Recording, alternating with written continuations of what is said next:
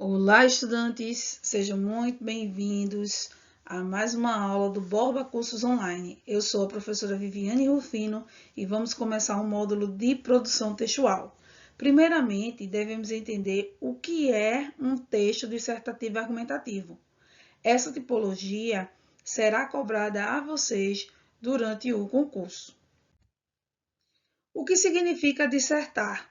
Dissertar significa expor um assunto de maneira sistemática e objetiva. Pessoal, primeiramente devemos compreender que a fala ela é muito fragmentada, prolixa.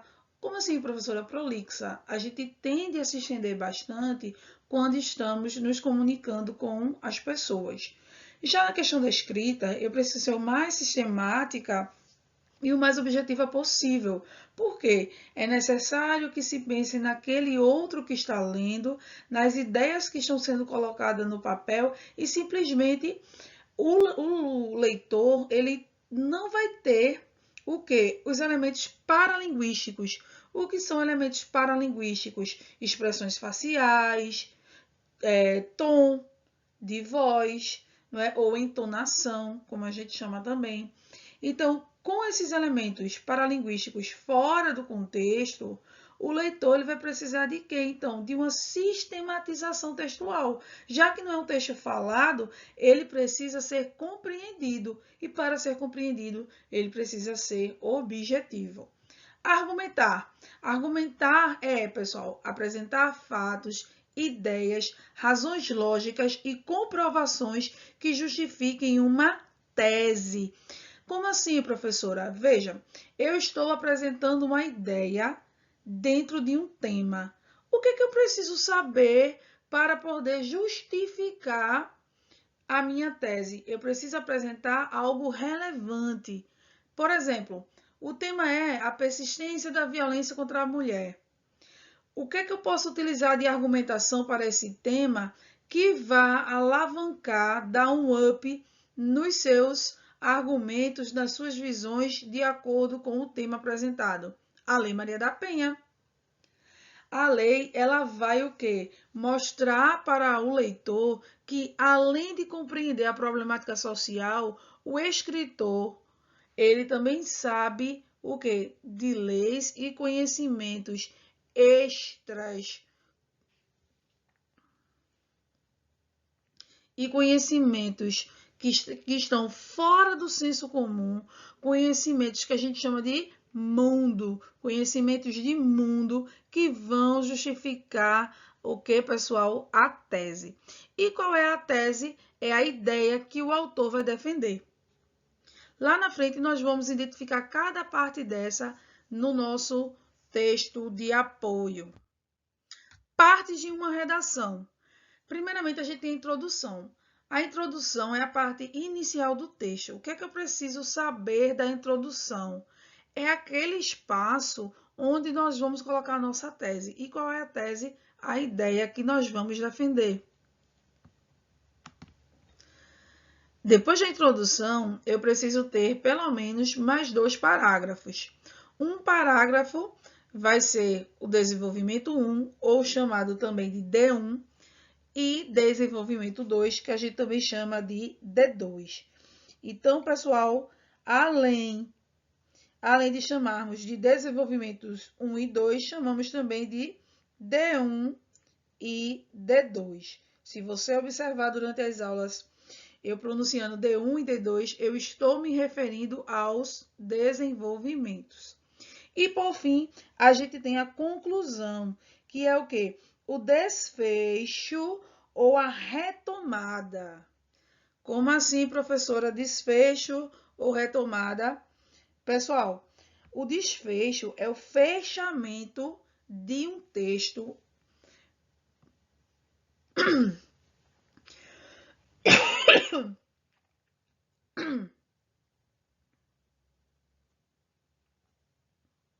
O desfecho, pessoal, é o fechamento de um texto ou a retomada.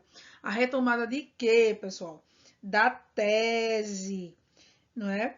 Lá na conclusão, eu retomo a minha tese, que é a ideia que eu defendi em torno do meu texto, juntando o que é também os meus argumentos. Neste bloco, pessoal, não podemos acrescentar mais nada à temática. Muita atenção a isso, porque tem candidato que chega no final do texto, ele quer fazer uma citação, ou ele quer mencionar um fato que ele lembrou já no final. Pessoal, esquece. Conclusão é lugar de fechamento. Eu não posso simplesmente pegar a parte final e, vou lá e vou colocar, sei lá, uma citação de Paulo Freire, uma citação de uma música de Chico Buarque de Holanda. Não posso. Né? As citações devem aparecer durante a introdução ou no desenvolvimento. A conclusão é para fechar o texto. Uma dica para você começar o seu parágrafo de conclusão é isso aqui, ó. Deixa eu ajeitar.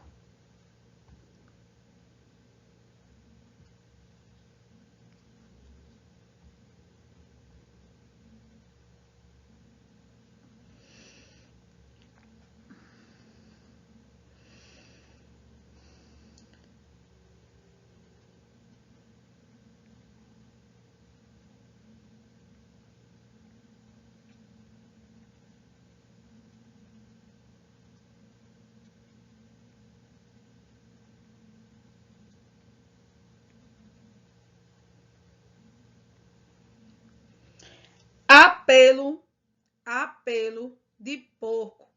Como assim, professora? Apelo de porco. Conectivos que abrem conclusão. Então, os conectivos que abrem conclusão são assim, portanto,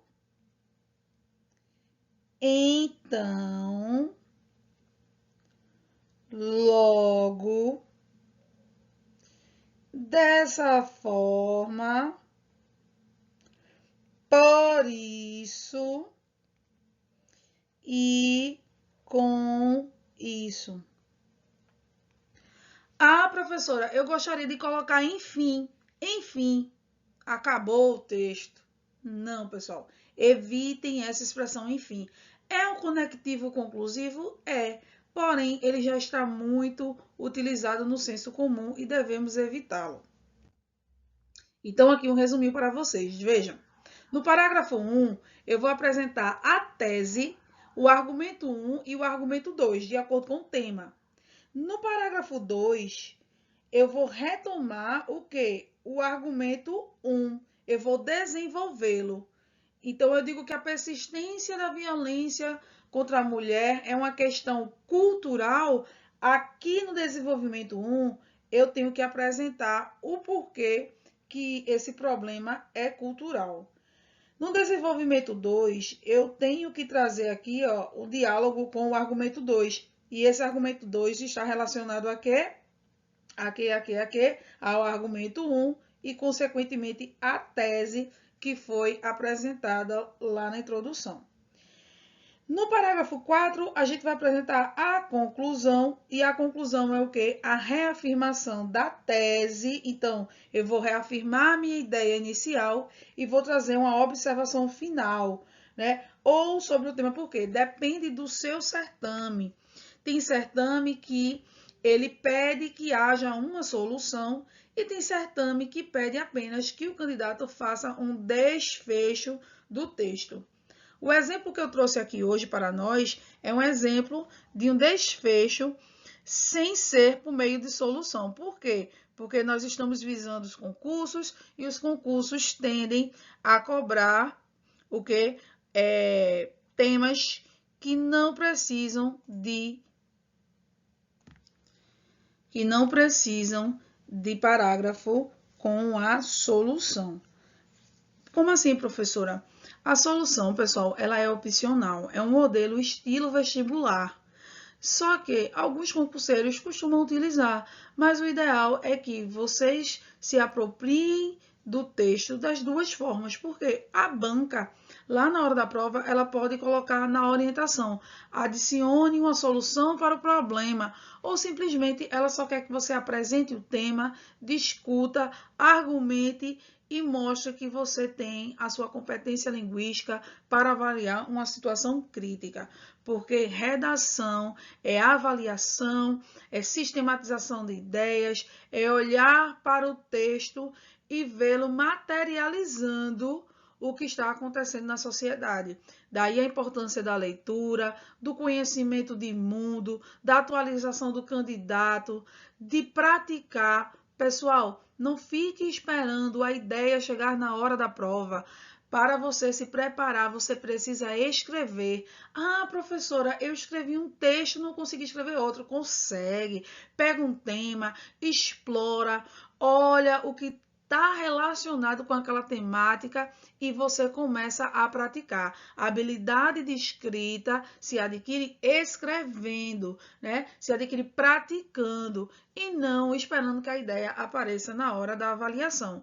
Enquanto você está aí, ó, esperando a ideia chegar, o seu concorrente já está escrevendo 2, 3 redações por dia, quem dirá por semana. Então, cara, moça, qualquer pessoa que esteja aí do lado da tela, se prepare, se conscientize do seu tempo e pratique bastante redação. Vamos analisar essa daqui. Vamos retomar aqui, ó. Nós falamos da questão das partes da redação, que a gente tem a introdução, o desenvolvimento 1 e o desenvolvimento 2. Aqui a gente começa com a introdução do texto, que diz assim: desde a pré-história, no período neolítico, com o aperfeiçoamento das técnicas de cultivo, surgiram as primeiras propriedades privadas, acarretando com isso a divisão das classes sociais. A partir de então, apareceram os exploradores e os explorados, que foram classificados através da sua raça, e nesse caso, a estigmatizada raça negra. Qual é o tema aqui, pessoal? Provavelmente é racismo ou a persistência do racismo na sociedade. Então, ó, percebam que na introdução a gente tem o quê? Um percurso histórico. O autor, ele vai atrás da história. Olha aqui, desde a pré-história, ele começa a falar da história e traz para nós, não é, uma visão bem diferenciada, né? Então aqui, ó, pré-história. Aí depois ele vem falar das técnicas de cultivo, né? Das primeiras propriedades privadas e depois da divisão de classes sociais. Então, ele fala em seguida aqui, ó, a partir de então, apareceram, olha, introduzindo a tese, apareceram os exploradores, explorados, que foram classificados através de sua raça. Olha a ideia que ele está trazendo aqui é que os exploradores e os explorados, né, eles apareceram nesse contexto e estes daqui, ó, foram o quê? Classificados através de sua raça, né, a estigmatizada raça negra. Porque sabemos que historicamente o racismo ele persiste, não é? Ele persiste em mentes limitadas, discriminatórias, que não conhecem pelo menos um pouco de história. No parágrafo seguinte, que a gente vai ter aqui o D1, né? Lembra que eu falei que a gente tem o D1 e o D2. Vamos ver o que o candidato traz aqui no D1. Ele diz, ó, o Brasil recebeu a tipologia de país formado por misturas, não é? Por que ele colocou aspas aqui, professora? Porque, pessoal, é uma expressão aqui ó, bem informal, né? Misturas de raças. Aí depois diz, ó, e concomitantemente, ou seja, junto a isso, quando os portugueses chegaram aqui no século XVI, encontraram os índios. Ó, essa expressão aqui, pessoal, ela já está em desuso, né? A gente deve falar, por exemplo, povos indígenas ou povos originários. Por quê, professora? Porque ao longo da história, analisando justamente aquilo que está sendo discutido aqui na redação, essa palavra índio estigmatiza, né, a pluralidade de povos que existiram e que ainda existem no nosso território. Então, a gente precisa chamar de povos indígenas ou povos originários. Professora, eu posso perder ponto por isso, caso eu troque na hora da prova? Sim, pode, porque este é um termo que socialmente, nos estudos históricos e sociológicos do Brasil, essa nomenclatura ela está no rol de nomenclaturas, desculpem, estigmatizadas. Depois vem, ó, a partir desse momento, começou, depois a gente vem para cá. A partir desse momento, começou a formação do povo brasileiro. E essa miscigenação foi interrompida na segunda metade do também século XVI, quando os negros africanos vieram trabalhar. Olha que legal! A gente tem aqui também a trabalhar entre aspas. Por que trabalhar está entre aspas? Alguém sabe? Trabalhar está entre aspas. Trabalhar está entre aspas, pessoal, porque a gente sabe que os negros africanos vieram obrigados ao Brasil, né? Eles foram retirados de forma abrupta, violenta, triste, lá de suas origens, para serem explorados. Não é? Então veja que o candidato aqui ele foi muito esperto. Ele colocou entre aspas, porque se ele não tivesse colocado, ele estaria o que? Legitimando a escravização de pessoas. Depois ele vem falar aqui, ó, que foi na cultura da cana-de-açúcar. A gente sabe que o Brasil, né, foi um território bastante açucareiro. Depois ele fala, influenciado pelo pensamento eurocêntrico, né, o pensamento da Europa, o pensamento europeu, pode-se dizer que o Brasil tem a sua gênese ariana. Percebam aqui, ó, que o autor esqueceu de fechar outra aspas, colocou a aspa simples, não é? Mas isso aqui não perderia pontos. São os décimozinhos na questão da norma culta. Mas isso aqui não perderia muito ponto, não, porque o avaliador ele também considera o conteúdo apresentado, aquilo que o leitor barra escritor, né? Porque todo escritor é um leitor. Então, leitor barra escritor está ali produzindo no seu texto. Então, aqui, ó, veja que a pessoa faz uma pergunta. Professora, posso fazer uma pergunta na redação? Pode, desde que responda. A gente não pode deixar a pergunta vaga no texto e esperar que o interlocutor, que o avaliador, ele compreenda. Ai, meu Deus, ele fez uma pergunta aqui, agora eu não sei qual é a resposta. Onde é que eu vou achar essa resposta? Não é? Então, pessoal, vocês precisam pensar também com a cabeça do avaliador. Ele precisa ter tudo de forma sistemática, porque não vai ter ninguém lá para dizer ou para explicar aquilo que você quis dizer. Então, nunca deixe nada subentendido, nem na redação e nem nas perguntas que você pode fazer, né? Eu até aconselho não fazer muitas perguntas no texto, uma ou duas, no máximo, para provocar o leitor, mas não fique só fazendo perguntas no texto, porque o seu texto ele precisa manter, lembre-se, a coerência, o sentido. Então, eu não posso também me perder nessas perguntas que eu possa vir a fazer. Caminhando aqui, nós temos, ó, não adianta vivermos em um mundo globalizado. Esse aqui é o quê? O D2. Não adianta vivermos em um mundo globalizado. Olha que legal, trazendo aqui, ó, a globalização. O que quer dizer a globalização? Não é que foi um sistema socioeconômico que veio agora mudar nossos padrões de vida, nossos padrões de comportamento. A globalização faz com que a gente esteja conectado, né? Faz com que a gente saiba do que está acontecendo no mundo e a gente tenha as relações econômicas, sociais, interpessoais que vieram, né, a partir da globalização. Depois ele fala da questão da diversidade. Ó. Não adianta vivermos em um mundo globalizado, cheio de diversidade, se... Desculpem. Não adianta vivermos em um mundo globalizado, cheio de diversidade, se a nossa mentalidade continua idêntica à época quinhentista. Não é? Século XVI é ali, ó, meados 1500. Então, ele retoma o século por época quinhentista, em que o ato racista se escondia atrás do discurso obscuro, cujo negro se tornaria objeto de trabalho. Depois ele diz, segundo Mendel, ó, biologia. Quando eu falei que redação é conhecimento de mundo, é disso aqui que eu estou falando. Estou falando disso, que é necessário, pessoal, o conhecimento de mundo. Então, a gente percebe que ele já veio história, já veio a questão da globalização, que parte, né, dos conhecimentos geográficos e sociológicos, e agora ele vem, né, com essa pegada da biologia. Segundo Mendel, a única característica que nos diferencia... Veja agora a pegada biológica.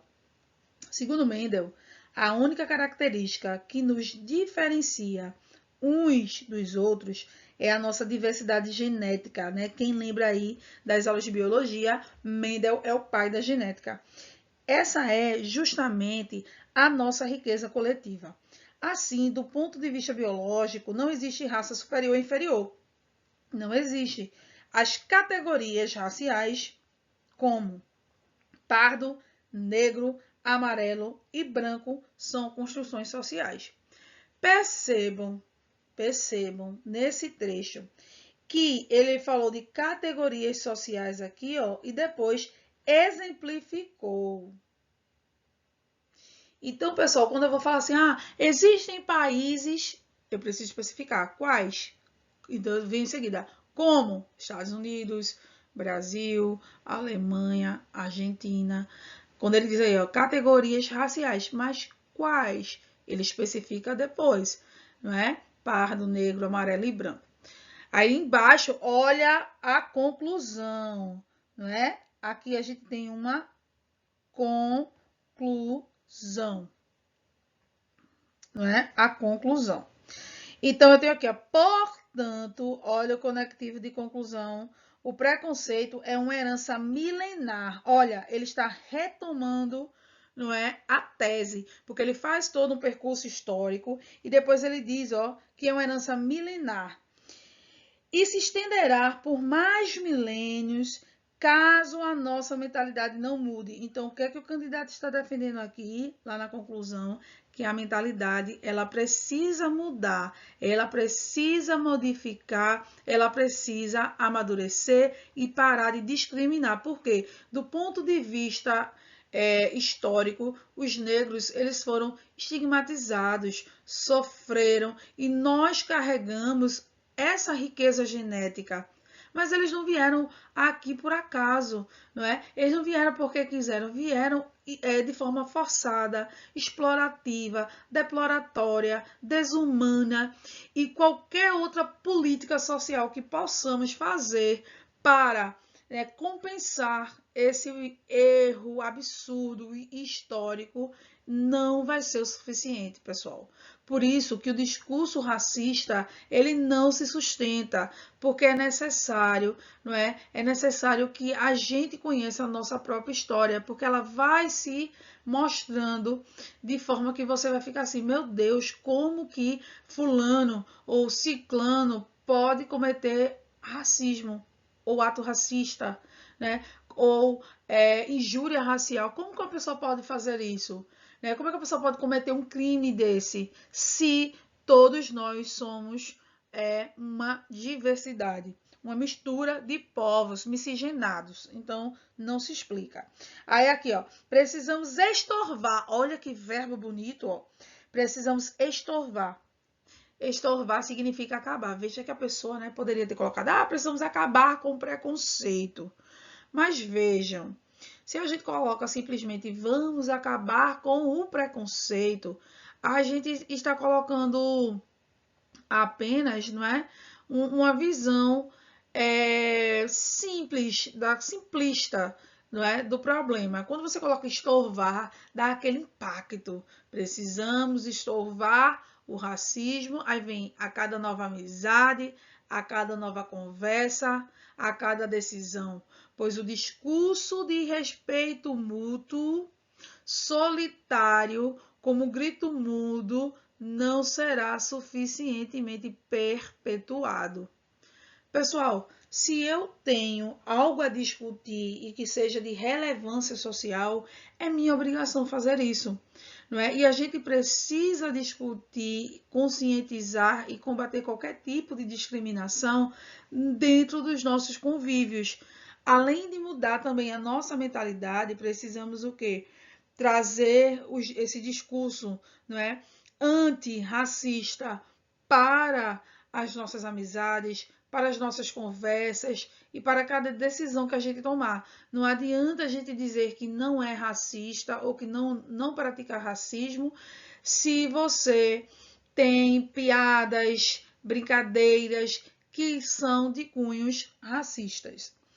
Então, aqui, para a gente fazer um fechamento da nossa aula, a gente vai lembrar de uma coisa. Primeiro, não é? O que é dissertação mesmo? Quem lembra, dissertar é você expor de modo sistemático e objetivo algum assunto. Então, se eu tenho um texto que é dissertativo, eu só vou expor. Se eu tenho um texto que é só argumentativo, eu só vou argumentar, aí é que está. Dificilmente a gente vai ver uma tipologia textual que é puramente uma. Sempre vai haver uma dentro da outra. É o caso do dissertativo argumentativo. Primeiro eu disserto, primeiro eu trago a visão sobre o tema de forma objetiva, sistemática. Em seguida, eu trago as justificativas para essa tese, esse discurso que estão lá na minha dissertação. E essa dissertação vai se dividir em introdução, desenvolvimento e conclusão. Na introdução eu apresento minha tese, na introdução eu trago a visão do tema. Eu costumo dizer, pessoal, que a introdução ela é o cérebro do texto. Por quê? Porque é aquilo que vai pensar o tema para em seguida desenvolvê-lo e, consequentemente, concluí-lo. Lá nos desenvolvimentos, nós temos dois tipos, que vamos chamar de D1 e D2. No D1, eu vou desenvolver o primeiro argumento que eu trago na introdução. E o D2, o segundo argumento apresentado lá na introdução. E a conclusão, eu vou apresentar o desfecho. Lembrando que na conclusão eu preciso trazer um elemento conclusivo. Como é que o leitor ele vai saber que você está concluindo? Através do conectivo de conclusão. Não é? Lembrando que o texto é até 30 linhas e não podemos ultrapassar este limite. Pessoal, espero que vocês tenham gostado da nossa aula. É um parâmetro inicial para que possamos trabalhar parte a parte da redação. E eu espero que vocês tenham um bom dia, uma boa tarde, uma boa noite, uma boa madrugada, seja lá qual for o horário que você esteja assistindo a essa aula. Mas espero que você tenha um bom êxito nos seus estudos e que a gente possa se encontrar no nosso próximo encontro. E que a gente possa se encontrar na nossa próxima aula. Muito obrigada, gente!